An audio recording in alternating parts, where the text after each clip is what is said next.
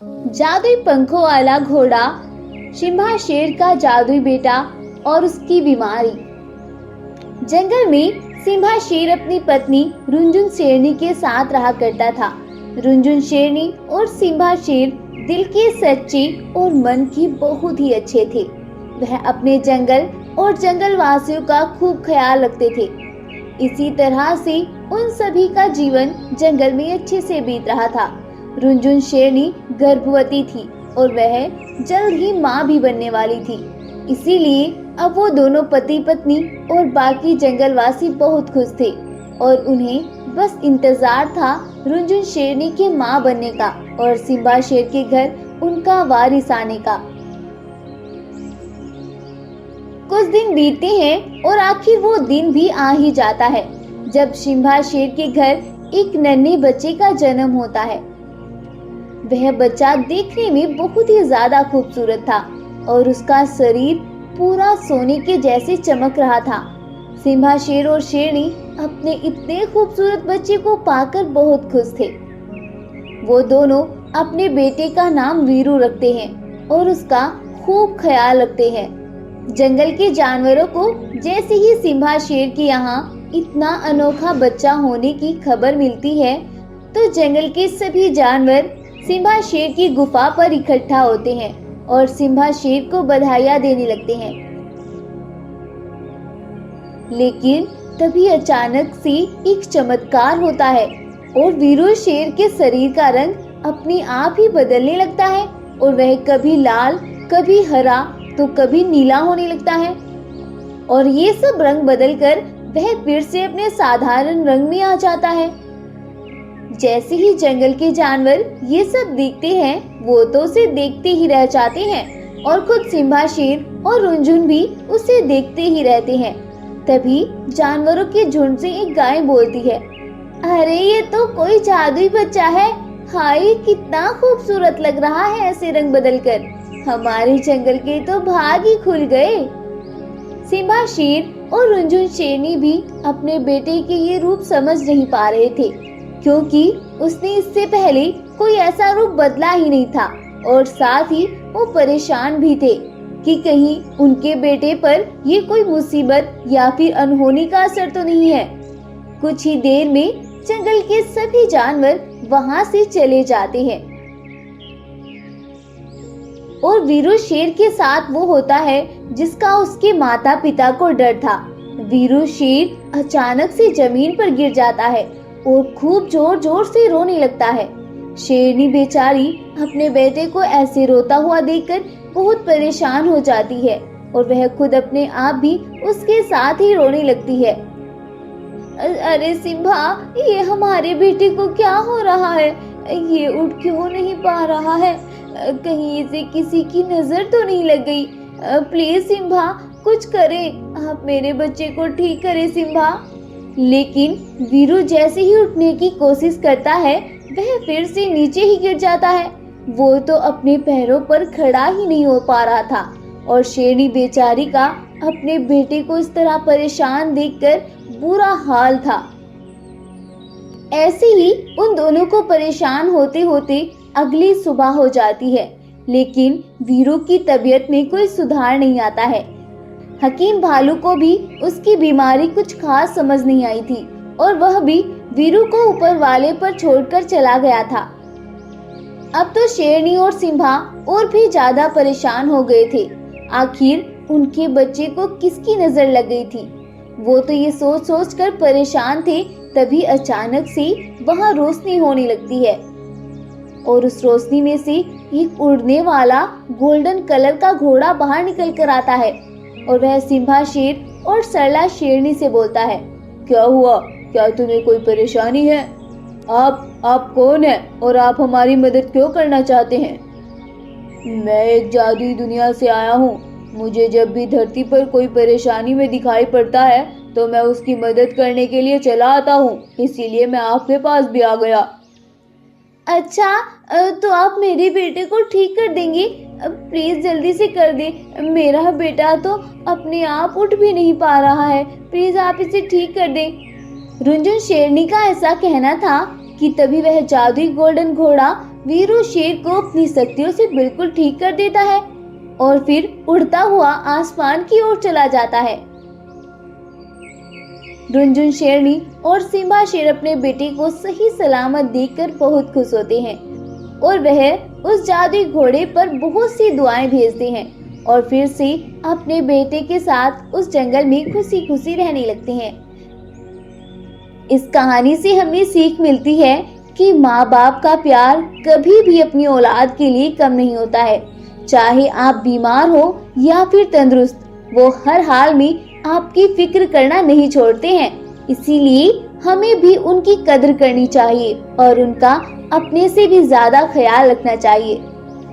तो दोस्तों, कैसी लगी आपको हमारी आज की स्टोरी? अगर आपको हमारी आज की स्टोरी अच्छी लगी है तो इस वीडियो को लाइक, शेयर एंड चैनल को सब्सक्राइब करना बिल्कुल ना भूलें और साथ ही हमें कमेंट सेक्शन में अपना फीडबैक जरूर दें। Thank you. गोल्डन दरवाजा, सफेद शेर का पुनर्जन्म और शैतानी शक्तियों वाले काले शेरों का जंगल में आतंक। जंगल में बहुत से जानवर खुशी खुशी अपना पालन पोषण कर रहे थे। वो सभी जंगलवासी अपनी अपनी लाइफ में बहुत खुश थे क्योंकि उनके जंगल का राजा सिम्बा शेर नाम का एक बहुत ही शक्तिशाली शेर था। सिम्बा शेर सफेद रंग का बहुत ही अद्भुत शेर था और उसके पास बहुत सी जादुई शक्तियां भी थी जिनके इस्तेमाल से वो कुछ भी कर सकता था, किसी भी जानवर का रूप बदल सकता था। लेकिन उसकी इन शक्तियों के बारे में जंगल वासियों को कोई खबर नहीं थी। वो तो उसे एक साधारण शेर समझते थे और साथ ही अपना मसीहा मानते थे क्योंकि सफेद शेर अपने जंगल की खूब देखरेख किया करता था। उसे कभी भी अपनी उन शक्तियों पर घमंड नहीं था जो कि उसे किसी भी रूप में बदल सकती थी। सिम्बा शेर हर शाम अपने जंगल की निगरानी किया करता था और देखता था कि कहीं कोई जंगल का जानवर किसी परेशानी में तो नहीं है। जंगल की निगरानी करने के बाद उसे सुकून की नींद आती थी।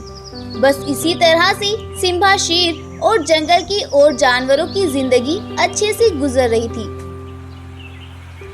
एक दिन ना जाने कहां से सिम्बा शेर के जंगल में कई सारे काले शेर घुस आते हैं और वो आते साथ ही सिम्बा शेर की गुफा की तलाश करने में लग जाते हैं और बोलते हैं, अरे ये जंगल तो काफी बड़ा है, जाने कहाँ रहता होगा वो सिम्बा शेर।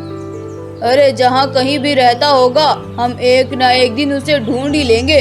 जब हम इस जंगल में आ ही गए हैं तो सिम्बा शेर की शक्तियाँ लिए बिना हम इस जंगल से वापस नहीं जाएंगे। चलो सभी अपने अपने काम पर लग जाओ और उस सिम्बा शेर को ढूंढना स्टार्ट करो। और हाँ, शाम होने पर हमारे पास जो भी सिम्बा शेर की खबर होगी हम इसी जगह पर आकर डिस्कस करेंगे। शाम होने से पहले पहले तुम सभी मुझे यहीं मिलना। ऐसा बोलकर वो काले शेर एक एक करके सभी जंगल की दिशाओं में निकल जाते हैं और सिम्बा शेर को ढूंढने में लग जाते हैं। कुछ देर ढूंढने के बाद उनमें से एक काले शेर को एक हिरन वहां पर चढ़ती हुई दिखाई पड़ती है और वह तुरंत ही उसके पास जाता है और उससे बोलता है, अरे हिरन बहन, क्या तुम इसी जंगल की रहने वाली हो? हाँ हाँ काले शेर भाई, लेकिन मैंने आपको तो कभी इस जंगल में नहीं देखा है। वो क्या है ना, मैं तो सिम्बा शेर का दूर का रिश्तेदार हूँ और सिम्बा शेर से ही मिलने आया हूँ। क्या तुम मुझे सिम्बा शेर का पता बता सकती हो? दरअसल मैं कभी उससे मिलने ही नहीं आया, अक्सर वो ही मुझसे मिलने आता रहता था। कुछ दिन से वो मुझसे मिलने ही नहीं आया, काफी टाइम हो गया, इसीलिए मुझे उसकी फिक्र हो रही थी और मैं ही उससे मिलने चला आया। अरे हाँ हाँ काले शेर भाई, आखिर आप हमारे महाराज के मेहमान हैं। मैं ही आपको जाकर छोड़कर आती हूँ, चले आप मेरे साथ।